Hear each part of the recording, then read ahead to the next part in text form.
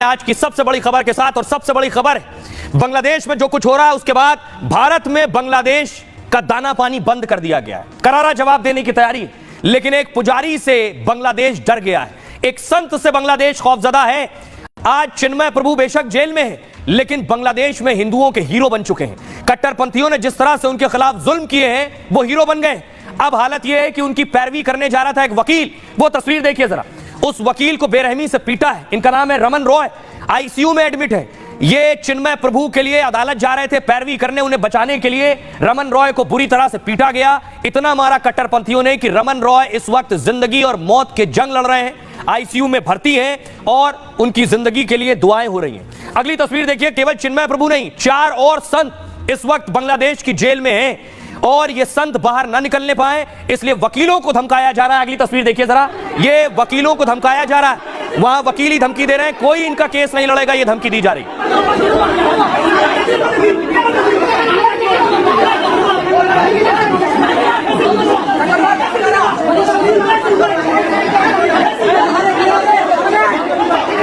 और न सिर्फ ये वकील एक दूसरे को धमका रहे हैं कि चिन्मय प्रभु और बाकी संतों का कोई केस न लड़ने पाए। ढाका में प्रदर्शन हो रहा है, दिल्ली या ढाका, और कह रहे हैं ढाका।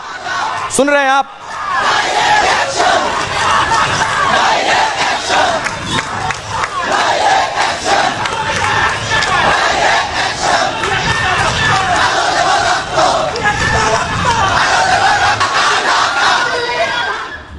इसके अलावा भारत में भी इसका प्रदर्शन देखने को मिल रहा है। और गुस्सा, प्रयागराज की तस्वीर आप देख रहे हैं, यूनुस के खिलाफ हिंदुस्तान में प्रदर्शन हो रहा है। मांग उठ रही है कि बांग्लादेश को बैन करो, मांग उठ रही है कि बांग्लादेश को करारा जवाब दिया जाए, बांग्लादेश का दाना पानी बंद किया जाए और बांग्लादेशी के जो लोग यहां रहते हैं उनके खिलाफ भी एक्शन हो।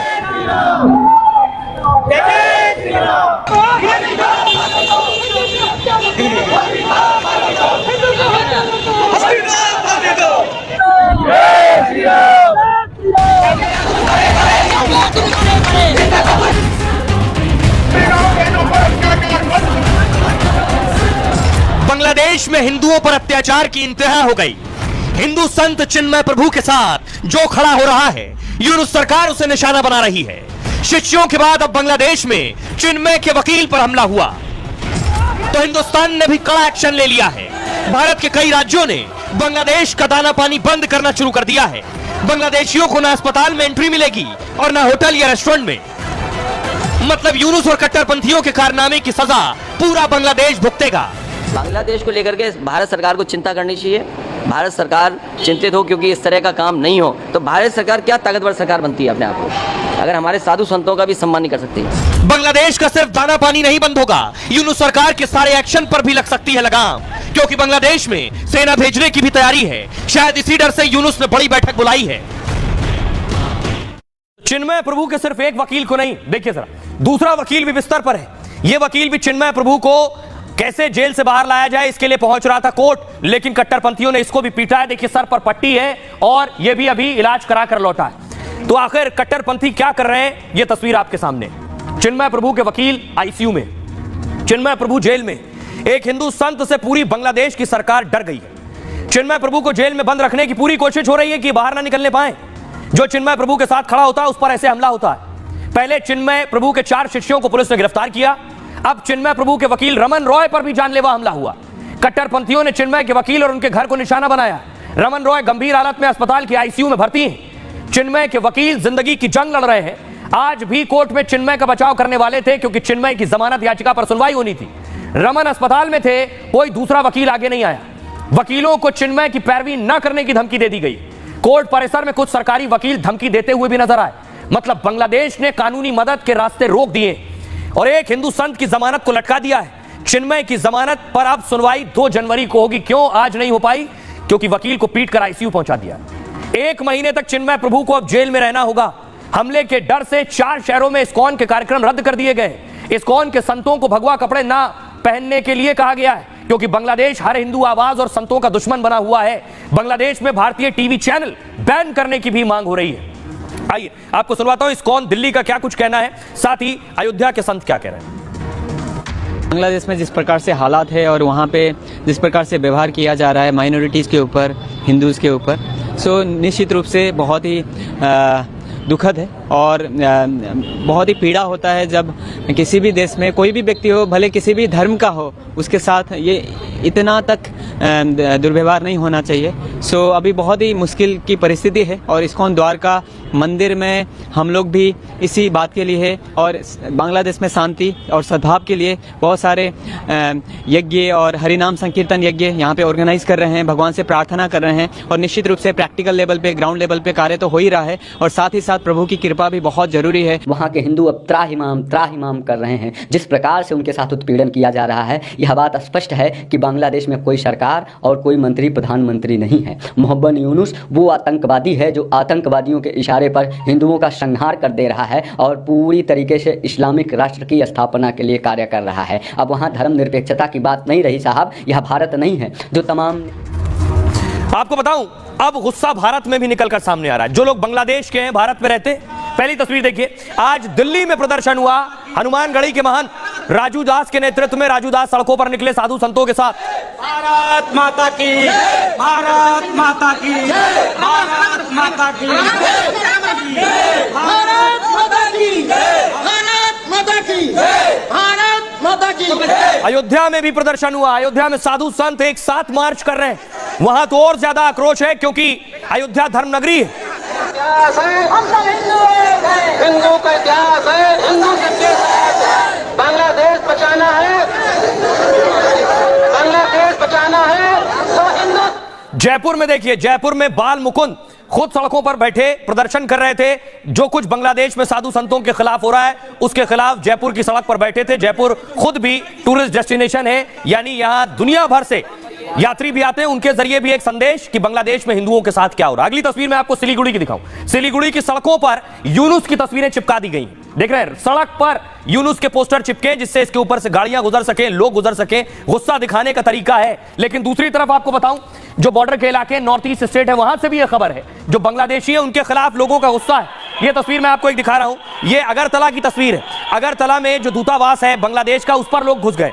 लोगों ने वहां प्रदर्शन किया है और वहां नारेबाजी कर रहे हैं। दूतावास में फुल स्क्रीन लीजिए जरा। भारत में जो दूतावास है वहां प्रदर्शन हो रहा है।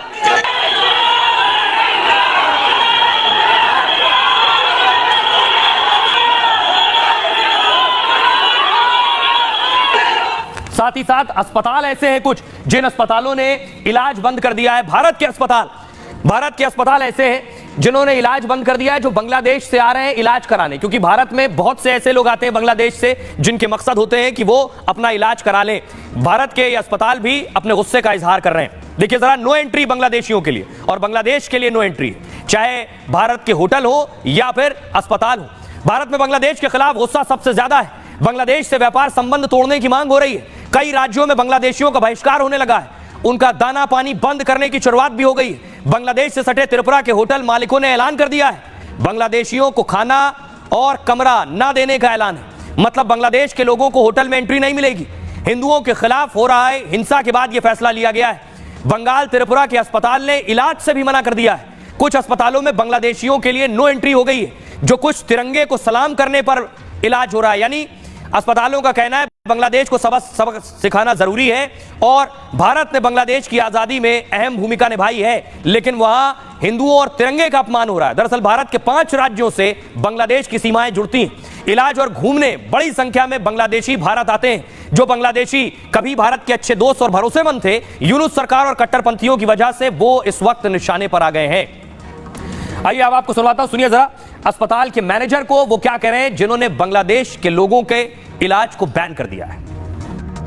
हम लोगों को लगा कि हम इतना सेवा देते हैं, पिछले 50 सालों से बांग्लादेश को भारत ने संभाला, उन लोगों को फ्रीडम दिया। 16 दिसंबर को उनका फ्रीडम डे आ रहा है, तो उसके बावजूद ये लोग इतना नीच सोच सकते हैं। उन्होंने इंडिया को इतना, पहले हमारा आत्मसम्मान है, पहले हमारा देश है, नेशन फर्स्ट है।